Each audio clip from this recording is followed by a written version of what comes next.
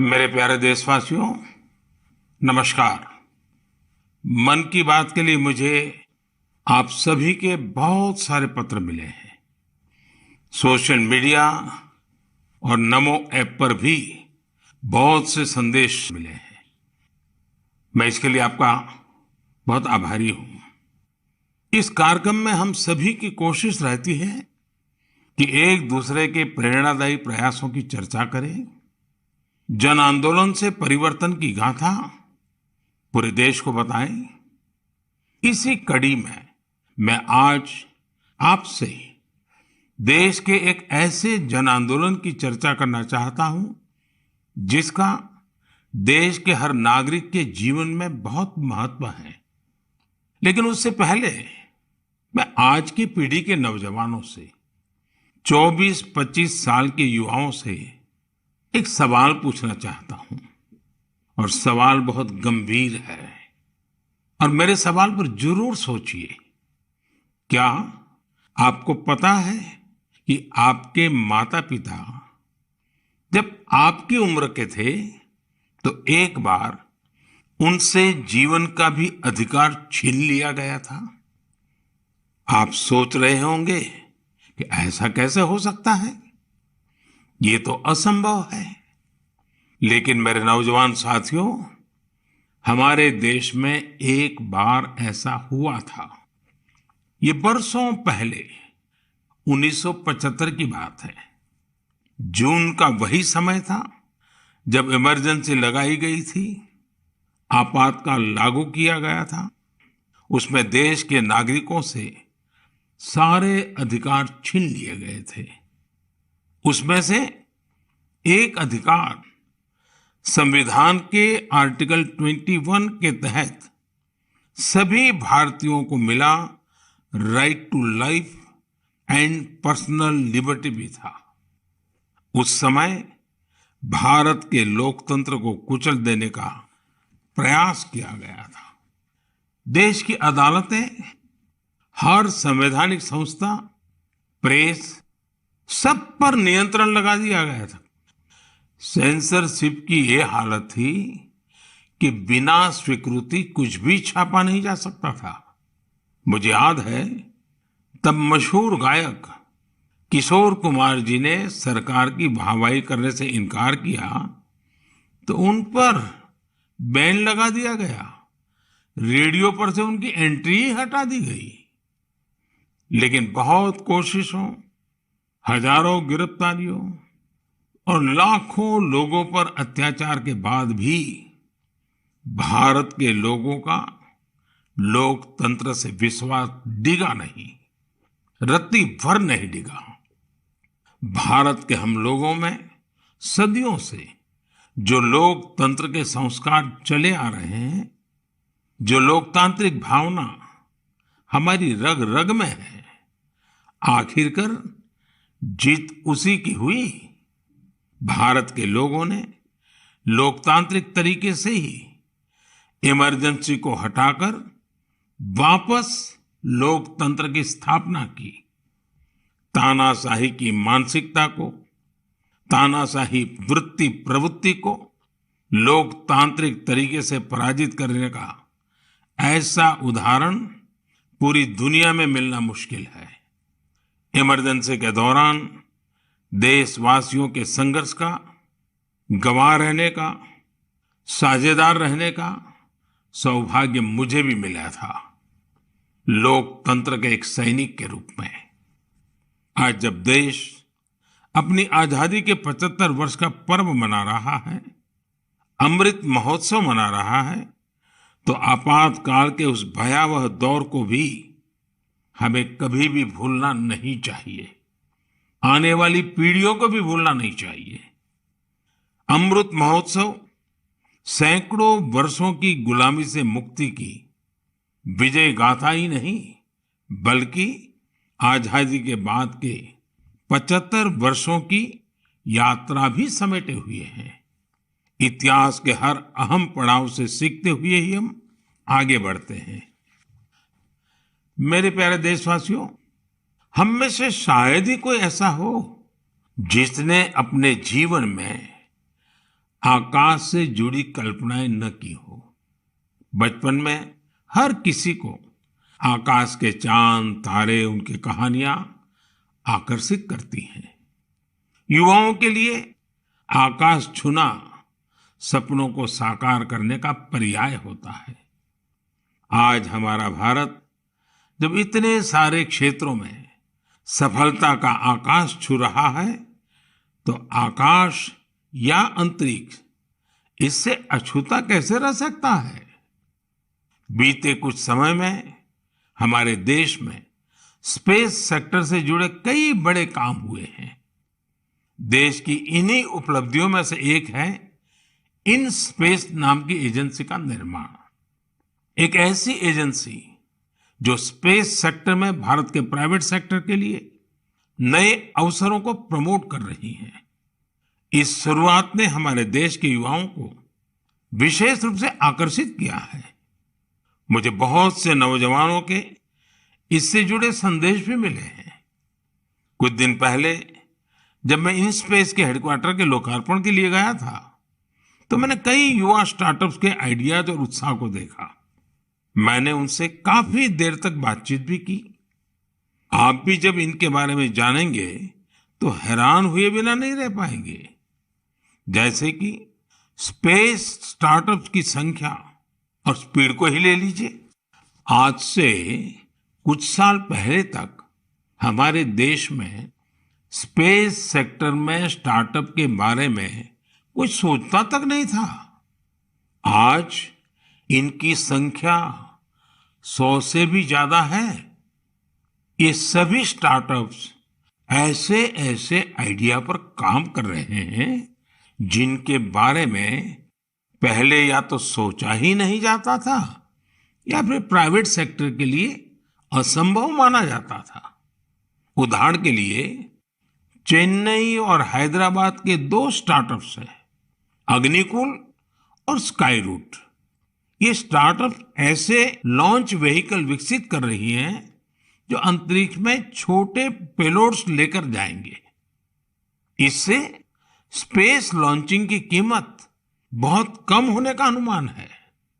ऐसे ही हैदराबाद का एक और स्टार्टअप ध्रुव स्पेस सैटेलाइट डिप्लॉयर और सैटेलाइट के लिए हाई टेक्नोलॉजी सोलर पैनल्स पर काम कर रहा है। मैं एक और स्पेस स्टार्टअप दिगंतरा के तनवीर अहमद से भी मिला था, जो स्पेस के कचरे को मैप करने का प्रयास कर रहे हैं। मैंने उन्हें एक चैलेंज भी दिया है कि वो ऐसी टेक्नोलॉजी पर काम करें जिससे स्पेस के कचरे का समाधान निकाला जा सके। दिगंतरा और ध्रुव स्पेस दोनों ही 30 जून को इसरो के लॉन्च व्हीकल से अपना पहला लॉन्च करने जा रहे हैं। इसी तरह बेंगलुरु के एक स्पेस स्टार्टअप एस्ट्रोम की फाउंडर नेहा भी एक कमाल के आइडिया पर काम कर रही है।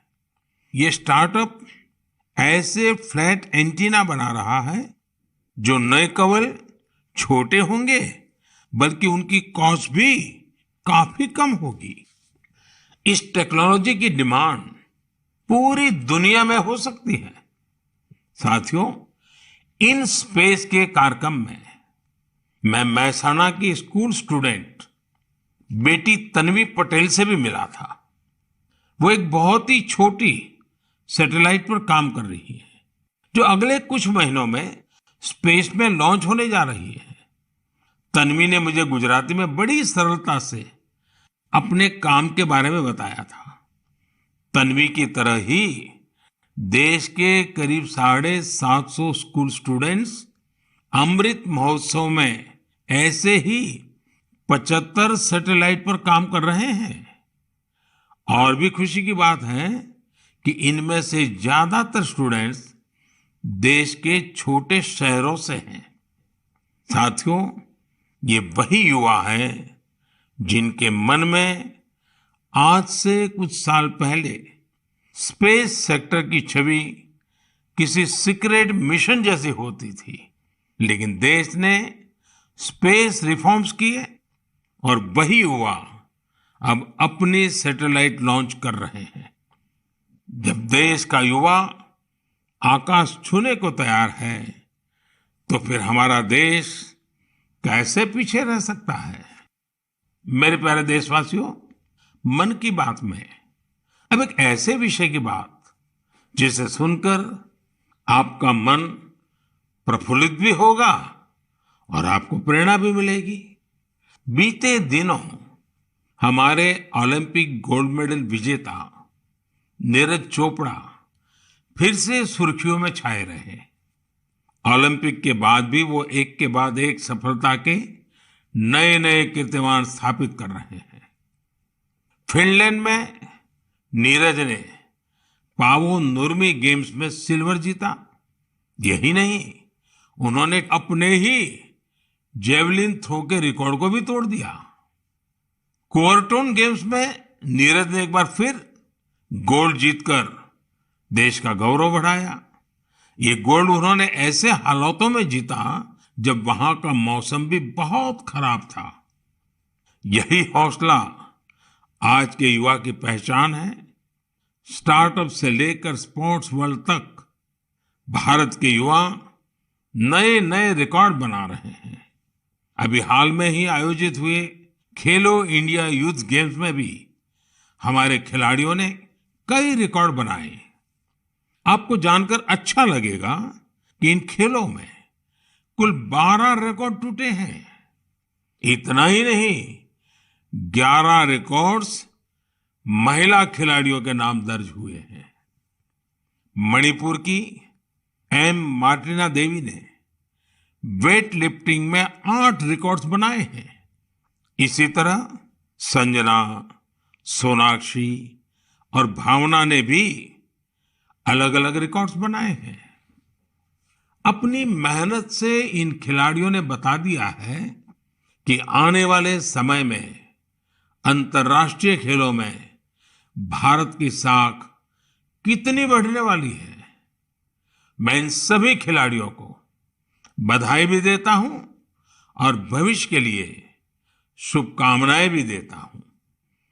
साथियों, खेलो इंडिया यूथ गेम्स की एक और खास बात रही है। इस बार भी कई ऐसी प्रतिभाएं उभर कर सामने आई हैं जो बहुत साधारण परिवारों से हैं। इन खिलाड़ियों ने अपने जीवन में काफी संघर्ष किया और सफलता के इस मुकाम तक पहुंचे हैं। इनकी सफलता में इनके परिवार और माता पिता की भी बड़ी भूमिका है। 70 किलोमीटर साइकिलिंग में गोल्ड जीतने वाले श्रीनगर के आदिल अल्ताफ के पिता टेलरिंग का काम करते हैं, लेकिन उन्होंने अपने बेटे के सपनों को पूरा करने के लिए कोई कोर कसर नहीं छोड़ी। आज आदिल ने अपने पिता और पूरे जम्मू कश्मीर का सिर गर्व से ऊंचा किया है। वेट लिफ्टिंग में गोल्ड जीतने वाले चेन्नई के एल धनुष के पिता भी एक साधारण कारपेंटर है। सांगली की बेटी काजोल सरगार, उनके पिता चाय बेचने का काम करते हैं। काजोल अपने पिता के काम में हाथ भी बटाती थी और वेट लिफ्टिंग की प्रैक्टिस भी करती थी। उनकी और उनके परिवार की मेहनत रंग लाई और काजोल ने वेट लिफ्टिंग में खूब वाहवाही बटोरी है। ठीक इसी प्रकार का करिश्मा रोहतक की तनु ने भी किया है। तनु के पिता राजवीर सिंह रोहतक में एक स्कूल के बस ड्राइवर है। तनु ने कुश्ती में स्वर्ण पदक जीतकर अपना और अपने परिवार का, अपने पापा का सपना सच करके दिखाया है। साथियों, खेल जगत में अब भारतीय खिलाड़ियों का दबदबा तो बढ़ ही रहा है, साथ ही भारतीय खेलों की भी नई पहचान बन रही है। जैसे कि इस बार खेलो इंडिया यूथ गेम्स में ओलंपिक में शामिल होने वाली स्पर्धाओं के अलावा 5 स्वदेशी खेल भी शामिल हुए थे। ये 5 खेल है गतका, थांग ता, योगासन, कलरियापट्टू और मलखम। साथियों, भारत में एक ऐसे खेल का अंतर्राष्ट्रीय टूर्नामेंट होने जा रहा है जिस खेल का जन्म सदियों पहले हमारे ही देश में हुआ था, भारत में हुआ था। ये आयोजन है 28 जुलाई से शुरू हो रहे शतरंज ओलंपियाड का। इस बार शतरंज ओलंपियाड में 180 से भी ज्यादा देश हिस्सा ले रहे हैं। खेल और फिटनेस की हमारी आज की चर्चा एक और नाम के बिना पूरी नहीं हो सकती। ये नाम है तेलंगाना की माउंटेनियर पूर्णा मालावत का। पूर्णा ने 7 समिट्स चैलेंज को पूरा कर कामयाबी का एक और परचम लहराया है। 7 समिट्स चैलेंज यानी दुनिया की 7 सबसे कठिन और ऊंची पहाड़ियों पर चढ़ने की चुनौती। पूर्णा ने अपने बुलंद हौसलों के साथ नॉर्थ अमेरिका की सबसे ऊंची चोटी माउंट देनाली की चढ़ाई पूरी कर देश को गौरवान्वित किया है। पूर्णा भारत की वही बेटी है जिन्होंने महज 13 साल की उम्र में माउंट एवरेस्ट पर जीत हासिल करने का अद्भुत कारनामा कर दिखाया था। साथियों, जब बात खेलों की हो रही है तो मैं आज भारत की सर्वाधिक प्रतिभाशाली क्रिकेटरों में उनमें से एक मिताली राज की भी चर्चा करना चाहूंगा। उन्होंने इसी महीने क्रिकेट से संन्यास की घोषणा की है, जिसने कई खेल प्रेमियों को भावुक कर दिया है।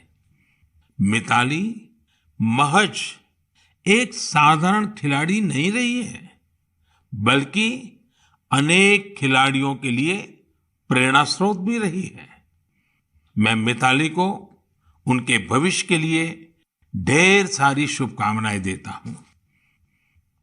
मेरे प्यारे देशवासियों, हम मन की बात में वेस्ट टू वेल्थ से जुड़े सफल प्रयासों की चर्चा करते रहे हैं। ऐसा ही एक उदाहरण है मिजोरम की राजधानी आइजवाल का। आइजवाल में एक खूबसूरत नदी है चिटे लुई, जो बरसों की उपेक्षा के चलते गंदगी और कचरे के ढेर में बदल गई।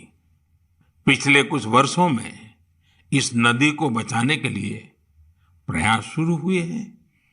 इसके लिए स्थानीय एजेंसियां, स्वयंसेवी संस्थाएं और स्थानीय लोग मिलकर save Chite Louis action plan भी चला रहे हैं। नदी की सफाई के इस अभियान ने वेस्ट से वेल्थ क्रिएशन का अवसर भी बना दिया है। दरअसल इस नदी में और इसके किनारों पर बहुत बड़ी मात्रा में प्लास्टिक और पॉलीथीन का कचरा भरा हुआ था। नदी को बचाने के लिए काम कर रही संस्था ने इसी पॉलीथीन से सड़क बनाने का फैसला लिया। यानी जो कचरा नदी से निकला उससे मिजोरम के एक गांव में राज्य की पहली प्लास्टिक रोड बनाई गई। यानी स्वच्छता भी और विकास भी। साथियों, ऐसा ही एक प्रयास पुडुचेरी के युवाओं ने भी अपनी स्वयंसेवी संस्थाओं के जरिए शुरू किया है। पुडुचेरी समंदर के किनारे बसा है। वहां के बीचेज और समुद्री खूबसूरती देखने बड़ी संख्या में लोग आते हैं। लेकिन पुडुचेरी के समंदर तट पर भी प्लास्टिक से होने वाली गंदगी बढ़ रही थी। इसलिए अपने समंदर बीचेस और इकोलॉजी को बचाने के लिए यहां लोगों ने रिसाइकलिंग फॉर लाइफ अभियान शुरू किया है। आज पुडुचेरी के कराईकल में हजारों किलो कचरा हर दिन कलेक्ट किया जाता है और उसे सेग्रीगेट किया जाता है। इसमें जो ऑर्गेनिक कचरा होता है उससे खाद बनाई जाती है। बाकी दूसरी चीजों को अलग करके रिसाइकल कर लिया जाता है। इस तरह के प्रयास प्रेरणादायी तो है ही, सिंगल यूज प्लास्टिक के खिलाफ भारत के अभियान को भी गति देते हैं। साथियों, इस समय जब मैं आपसे बात कर रहा हूं, तो हिमाचल प्रदेश में एक अनोखी साइकिलिंग रैली भी चल रही है। मैं इस बारे में भी आपको बताना चाहता हूं। स्वच्छता का संदेश लेकर साइकिल सवारों का एक समूह शिमला से मंडी तक निकला है। पहाड़ी रास्तों पर करीब 250 किलोमीटर की ये दूरी ये लोग साइकिल चलाते हुए ही पूरी करेंगे। इस समूह में बच्चे भी और बुजुर्ग भी हैं। हमारा पर्यावरण स्वच्छ रहे, हमारे पहाड़, नदियां, समंदर स्वच्छ रहे, तो स्वास्थ्य भी उतना ही बेहतर होता जाता है। आप मुझे इस तरह के प्रयासों के बारे में जरूर लिखते रहिए। मेरे प्यारे देशवासियों, हमारे देश में मानसून का लगातार विस्तार हो रहा है। अनेक राज्यों में बारिश बढ़ रही है। ये समय जल और जल संरक्षण की दिशा में विशेष प्रयास करने का भी है। हमारे देश में तो सदियों से ये जिम्मेदारी समाज ही मिलकर उठाता रहा है।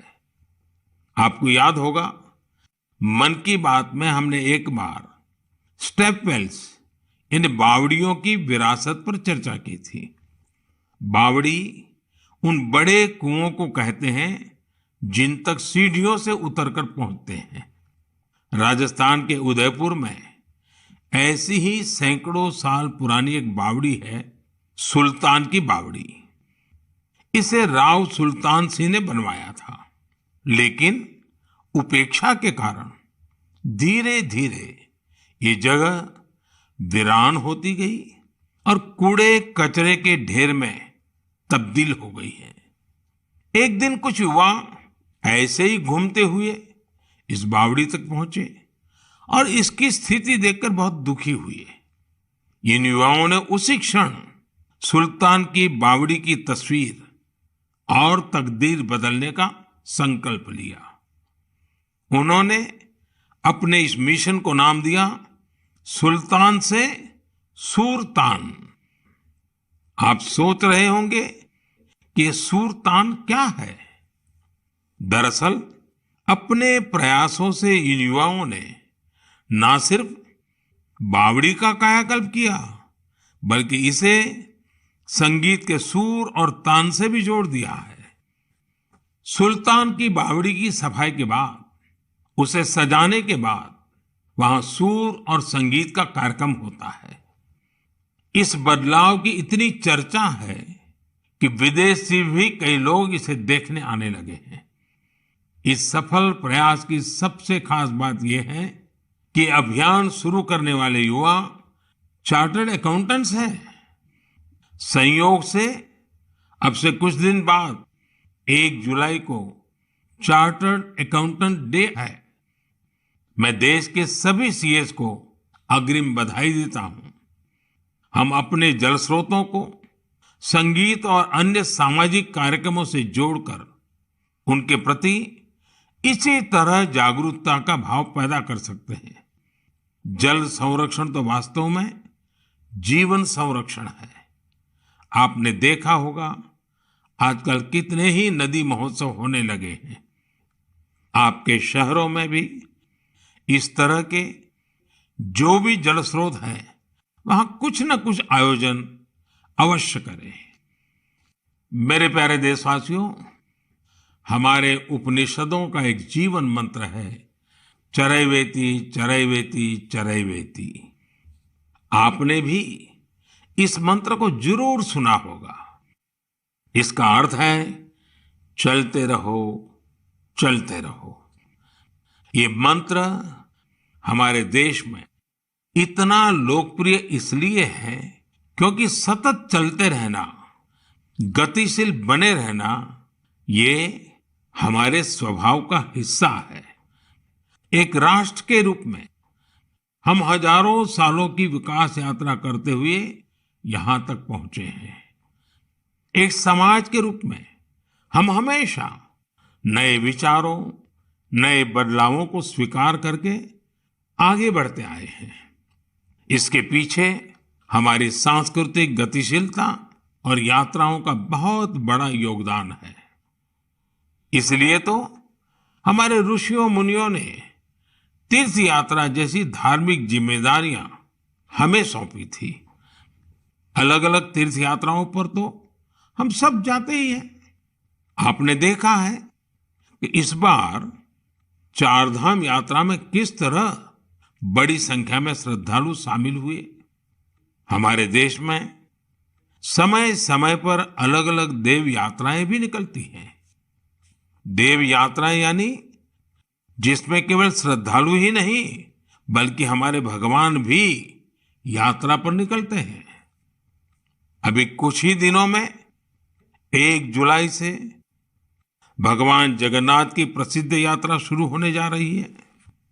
उड़ीसा में पुरी की यात्रा से तो हर देशवासी परिचित है। लोगों का प्रयास रहता है कि इस अवसर पर पुरी जाने का सौभाग्य मिले। दूसरे राज्यों में भी जगन्नाथ यात्रा खूब धूमधाम से निकाली जाती है। भगवान जगन्नाथ यात्रा आषाढ़ महीने की द्वितीया से शुरू होती है। हमारे ग्रंथों में आषाढ़स्य द्वितीय दिवसे रथ यात्रा इस तरह संस्कृत श्लोकों में वर्णन मिलता है। गुजरात के अहमदाबाद में भी हर वर्ष आषाढ़ द्वितीया से रथ यात्रा चलती है। मैं गुजरात में था तो मुझे भी हर वर्ष इस यात्रा में सेवा का सौभाग्य मिलता था। आषाढ़ द्वितीया जिसे आषाढ़ी बीज भी कहते हैं, इस दिन से ही कच्छ का नववर्ष भी शुरू होता है। मैं मेरे सभी कच्छी भाइयों बहनों को नववर्ष की शुभकामनाएं भी देता हूं। मेरे लिए इसलिए भी ये दिन बहुत खास है। मुझे याद है आषाढ़ द्वितीया से एक दिन पहले यानी आषाढ़ की पहली तिथि को हमने गुजरात में एक संस्कृत उत्सव की शुरुआत की थी, जिसमें संस्कृत भाषा में गीत, संगीत और सांस्कृतिक कार्यक्रम होते हैं। इस आयोजन का नाम है आषाढ़स्य प्रथम दिवसे। उत्सव को यह खास नाम देने के पीछे भी एक वजह है। दरअसल संस्कृत के महान कवि कालिदास ने आषाढ़ महीने से ही वर्षा के आगमन पर मेघदूतम लिखा था। मेघदूतम में एक श्लोक है, आषाढ़स्य प्रथम दिवसे मेघम आश्लिष्ट सानुम, यानी आषाढ़ के पहले दिन पर्वत शिखरों से लिपटे हुए बादल। यही श्लोक इस आयोजन का आधार बना। साथियों, अहमदाबाद हो या पुरी, भगवान जगन्नाथ अपनी इस यात्रा के जरिए हमें कई गहरे मानवीय संदेश भी देते हैं। भगवान जगन्नाथ जगत के स्वामी तो है ही, लेकिन उनकी यात्रा में गरीबों, वंचितों की विशेष भागीदारी होती है। भगवान भी समाज के हर वर्ग और व्यक्ति के साथ चलते हैं। ऐसे ही हमारे देश में जितनी भी यात्राएं होती हैं, सब में गरीब, अमीर, ऊंच, नीच ऐसे कोई भेदभाव नजर नहीं आते हैं। सारे भेदभाव से ऊपर उठकर यात्रा ही सर्वोपरि होती है। जैसे कि महाराष्ट्र में पंढरपुर की यात्रा के बारे में आपने जरूर सुना होगा। पंढरपुर की यात्रा में कोई भी न बड़ा होता है न छोटा होता है, हर कोई वारकरी होता है, भगवान विट्ठल का सेवक होता है। अभी 4 दिन बाद ही 30 जून से अमरनाथ यात्रा भी शुरू होने जा रही है। पूरे देश से श्रद्धालु अमरनाथ यात्रा के लिए जम्मू कश्मीर पहुंचते हैं। जम्मू कश्मीर के स्थानीय लोग उतनी ही श्रद्धा से इस यात्रा की जिम्मेदारी उठाते हैं और तीर्थयात्रियों का सहयोग करते हैं। साथियों, दक्षिण में ऐसा ही महत्व सबरीमाला यात्रा का भी है। सबरीमाला की पहाड़ियों पर भगवान अयप्पा के दर्शन करने के लिए ये यात्रा तब से चल रही है जब यह रास्ता पूरी तरह जंगलों से घिरा रहता था। आज भी लोग जब इन यात्राओं में जाते हैं तो उसे धार्मिक अनुष्ठानों से लेकर रुकने ठहरने की व्यवस्था तक गरीबों के लिए कितने अवसर पैदा होते हैं।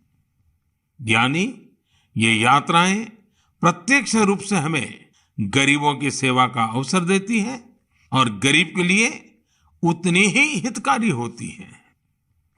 इसलिए तो देश भी अब आध्यात्मिक यात्राओं में श्रद्धालुओं के लिए सुविधाएं बढ़ाने के लिए इतने सारे प्रयास कर रहा है।